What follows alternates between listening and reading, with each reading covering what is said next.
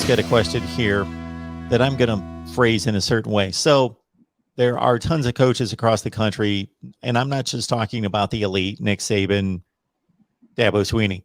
I'm talking, there are guys that have been around long enough in that particular program. Kyle Whittingham, there's a great case. Utah, he's been there forever. We know exactly how good he is, and different people could rate him at different levels, but he's extremely good. Okay. Right. He's not going to recruit 5 stars, but that's just what they have in Utah, and he's really good. David Shaw's been around long enough that we know exactly what he is. We could point to those guys. James Franklin's been around long enough to do what he did at Vandy, now at Penn State. Manny Diaz, the jury's still out. It's only been 2 seasons and not even 2 complete seasons. So Judah believes that until Miami goes out and gets somebody who's elite, which there's not that many of those guys around, but that Miami will not succeed and win championships. You know, man, I would have tended to lean that way, especially because I was a big Mario Cristobal guy. I was on here bamming down the door for Mario Cristobal back in 2019. 2019, because we had lost to Wisconsin like 60,000 to 3. And I really wanted Mario to come down. He had just won that bowl game at Oregon over Michigan State. Things didn't work out. That's okay. We have a guy. We have Coach Manny Diaz. Here's my rebuttal to that. Everyone was a no one until they became someone. It's just that simple. Coach Nick Saban was very well known and respected in his time at Michigan State, but he became more renowned and nationally known in his time at LSU. Then, of course, going to the Dolphins and then at Alabama. Okay, everyone has that opportunity. So I would want a guy like Coach Manny Diaz who's shown that he'll make the changes, who's shown he'll look his own best friends in the eyes and tell them, get off, go, goodbye, you're not doing it right.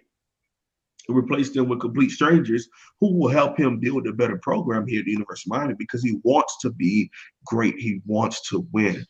Okay. It's just that simple. I really think Coach Diaz has the ability to, and I'm hoping that he's going to be at Miami when he steps to that very great to maybe elite level. To me, the elite level is only about 3 to 4 people. I don't hold, like, just because you're very good or really good for a season, I don't have you in that elite section. Okay. I think right now in college football, it's only Nick Saban and Dabo.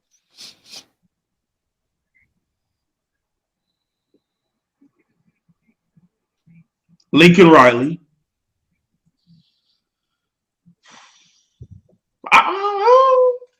I'm gonna have to I'll have to just leave it at Dabo and excuse me, Coach Sweeney and Coach Saban up there at the elite. The very great. That tier 2 would be your Kirby Smarts, would be your the Notre Dame head coach, would also be Lincoln Riley. You know, because championship pedigree is where I hold you at elite. And although Jimbo had his at Tallahassee, now in the SEC, it's, you know, for $75 million guaranteed, Mark. Yeah, he giving them one big bowl game. So, you know, we'll see. So, in the thriller versus LSU in 2018 with the 7 to 8 overtime, things of that nature, that was a really good game. That was really cool. But anyhow, I just think that I would love if Coach Diaz was here when he touched that very great, maybe ever touching the elite. And it would also be one of the longest 10-year time here at the University of Miami if Coach Diaz was ever make it to 7 years. None of our great coaches made it that long. They've done 4 or 5, but to get to 6. Larry Coker was 6. He's the longest 10-year coach in Miami Hurricanes history. Larry Coker with 6. No one's touched 7 or 8 or 9. No one's touched that time here at Miami. Why? Because we put all the pressure on the administration to blow it up and kick him out and fire him as soon as they have a tough season or lose a couple games. So what I'm hoping is Coach Diaz is here and they continue to give him the best supporting cast that he can have. And I think he could be here for a while at Miami and build something on a 7 to 8 year time See Raymond's comment here. This is exactly what I was talking about before. Laughing at Nick See? Saban at Miami. See? I think you can do It's that if you weird. really want to, but it's just he was there for 2 years, 8-8, 7-9, and it's just an incomplete grade to me. I don't think it's a talking point. And man, he wanted Drew Brees and he failed a physical. That's crazy. But that's what I mean as far as with Miami fans. A lot of Miami Hurricanes fans are also Dolphins fans. I'm not one of them. Okay, I have my separation from the Dolphins. I respect the Dolphins. I think for a very long time they were one of the worst organizations in the NFL.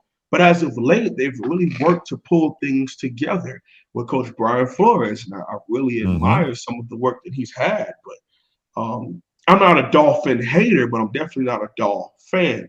I respect the program. I respect that organization and the way that they're going right now. But I realized a while ago that's the biggest issue with a lot of Miami Hurricanes fans. And when you bring up the name Nick Saban, it's because they're also Dolphins fans who is butthurt that he left them for a better job.